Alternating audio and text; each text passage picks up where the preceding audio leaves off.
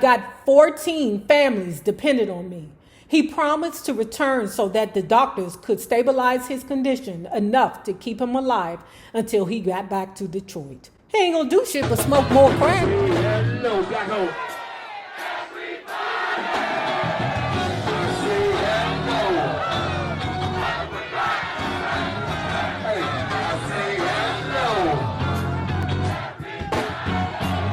See this brother winning, man. What is your win, babe? What is your win, babe? Well, hello there, love bugs. Hello there, Bellas. If you have not already done so, please remember to like, share to Facebook, subscribe, and visit uptopbeauty.com. Today's looky would be our Gold Coast wooden bangle bundle. I only have 2 sets outside of the set that I have. So if you like it, go on over there and check it out.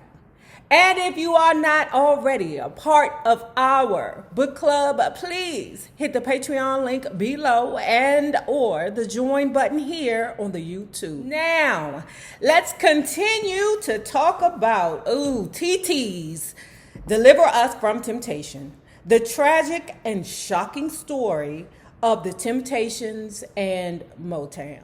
David had for some reason always been very protective of me, and had never let me see him actually using drugs, which was why it came as something of a shock the first time I ever saw him openly doing cocaine.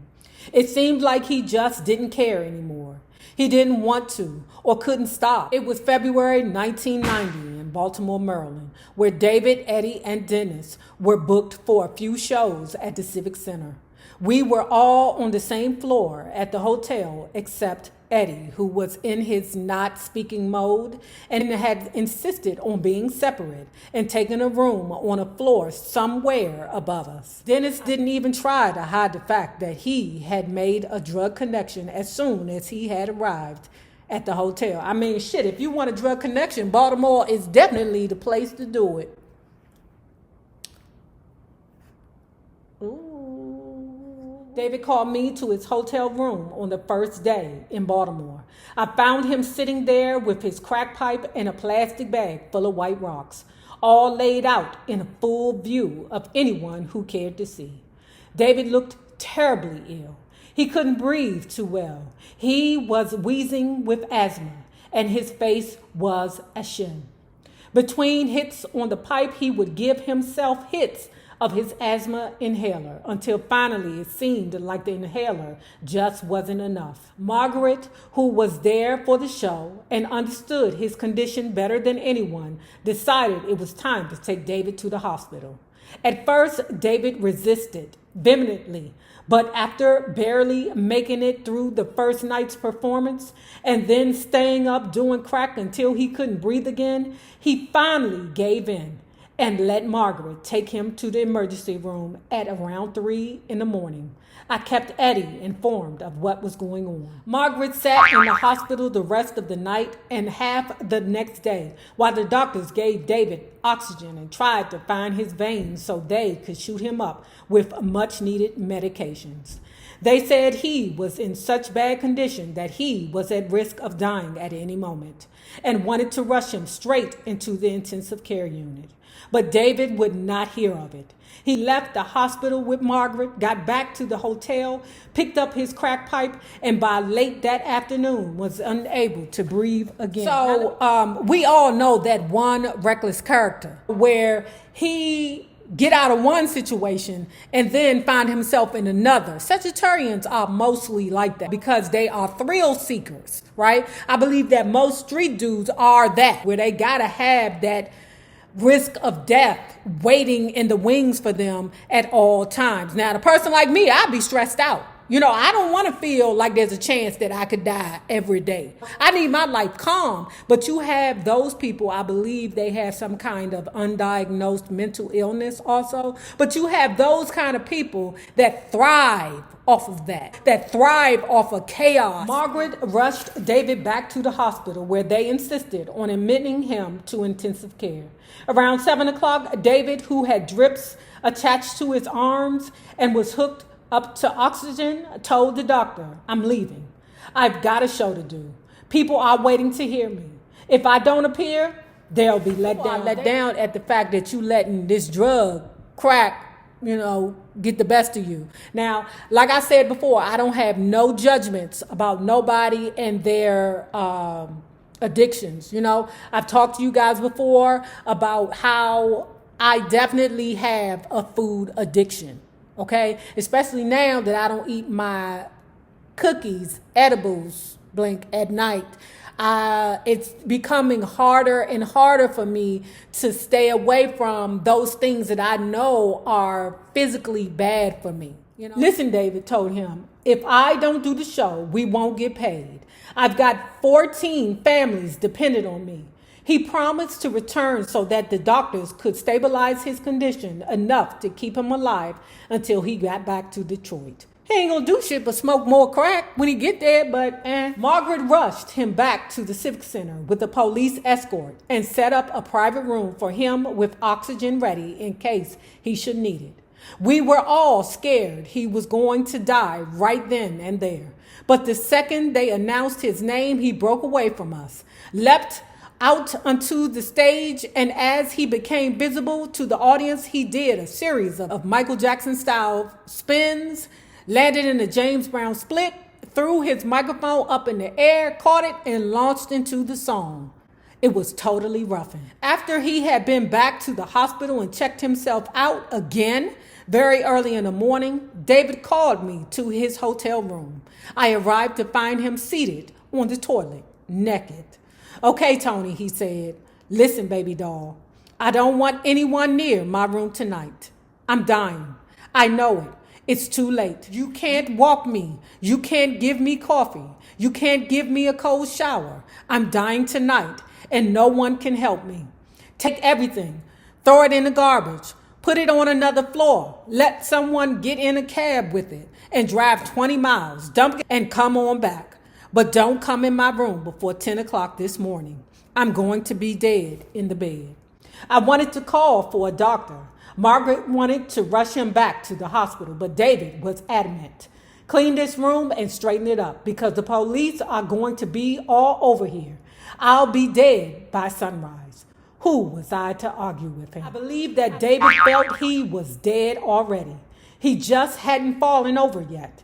He realized what he had done to his body. He realized what he had done to his life.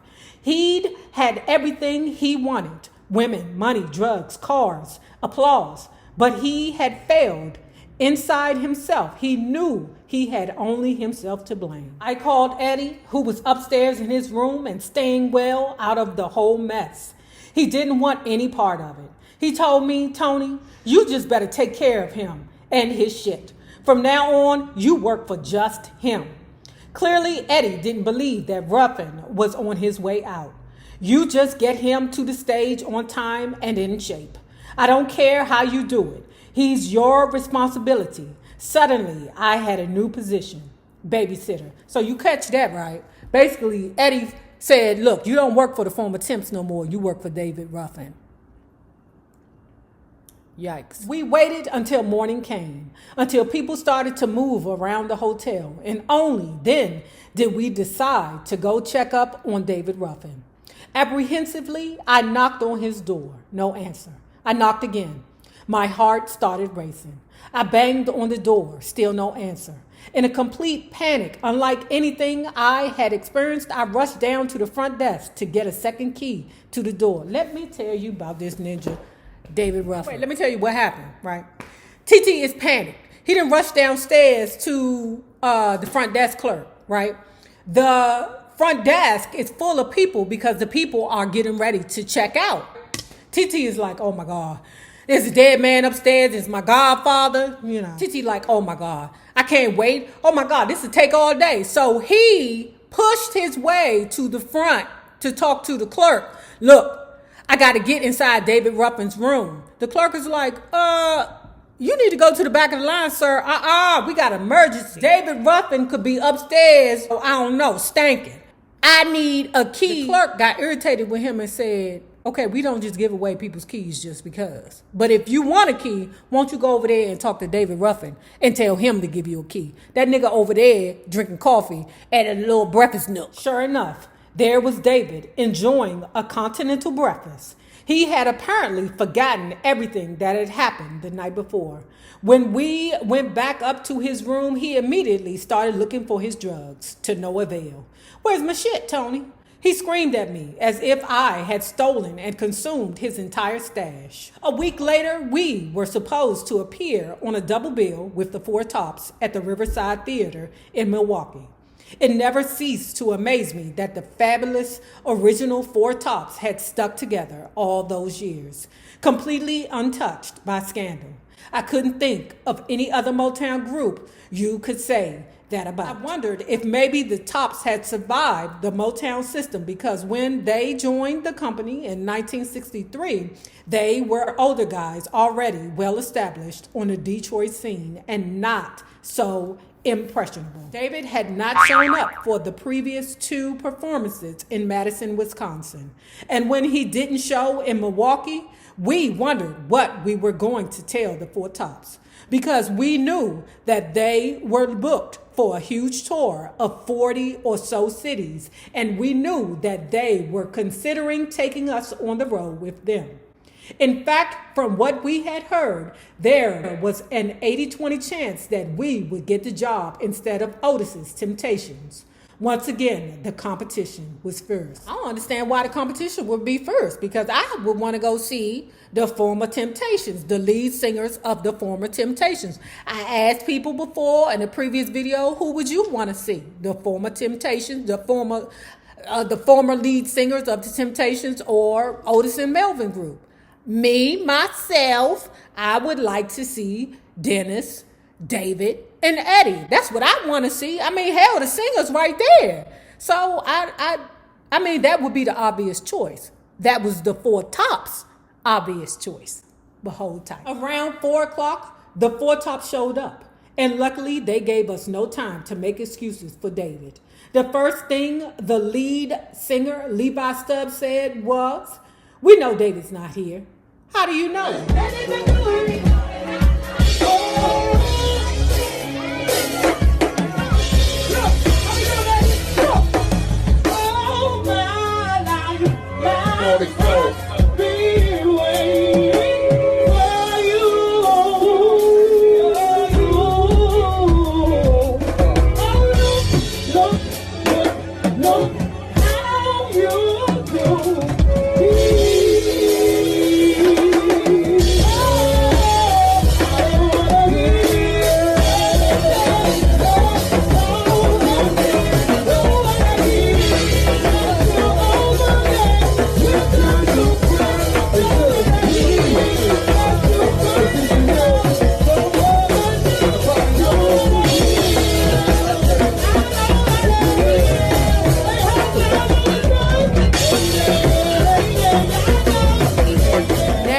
If you have not already done so, please remember to like, share the Facebook, subscribe, and visit uptopbeauty.com for these gold hand-painted by me wood bangles.